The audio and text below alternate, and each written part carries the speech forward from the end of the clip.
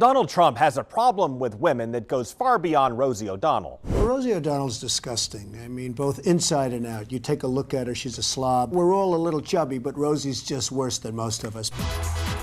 Pundits say Trump is trailing badly among women because he's offended women in the past by some of the things he said. You treat women with respect.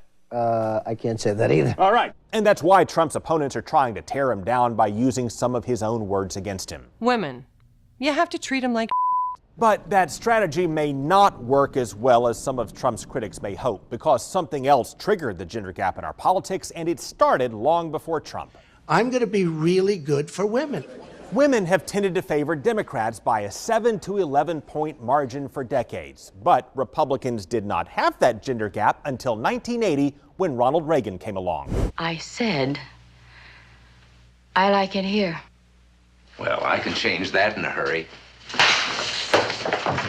Now, that's from an old movie. But in real life, Reagan lost ground with women and gained ground with men on policy, specifically as it relates to the size and role of government. It is time to check and reverse the growth of government, which shows signs of having grown beyond the consent of the governed. Reagan focused the race on making the military bigger and most of the rest of our government smaller. Government is not the solution to our problem. Government is the problem. And that attracted men who statistically place a higher value in national defense and self-reliance, and it turned away women who statistically favor a more active government for several reasons. Women deserve equal pay for equal work. For example, women statistically earn less than men, so they tend to favor more government intervention to address that. And women who make up a big part of the health and education workforces tend to favor more government help in those professions. I've always felt the 9 most terrifying words in the English language are, I'm from the government and I'm here to help. And so that gender gap that started with Reagan took hold. Democrats developed a problem with men that exists to this day, and Republicans developed a problem with women that exists to this day. And they didn't exactly help their case with some of the things they've said. I went to a number of women's groups and said, can you help us find folks? And they brought us whole binders full of women.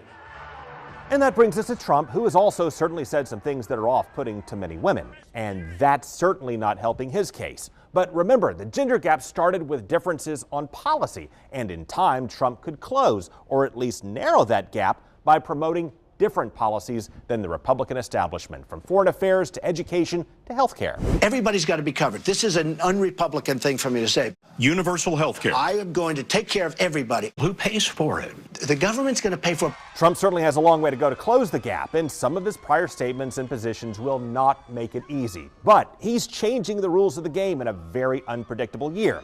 And as we've seen before, his opponents often underestimate him at their own peril.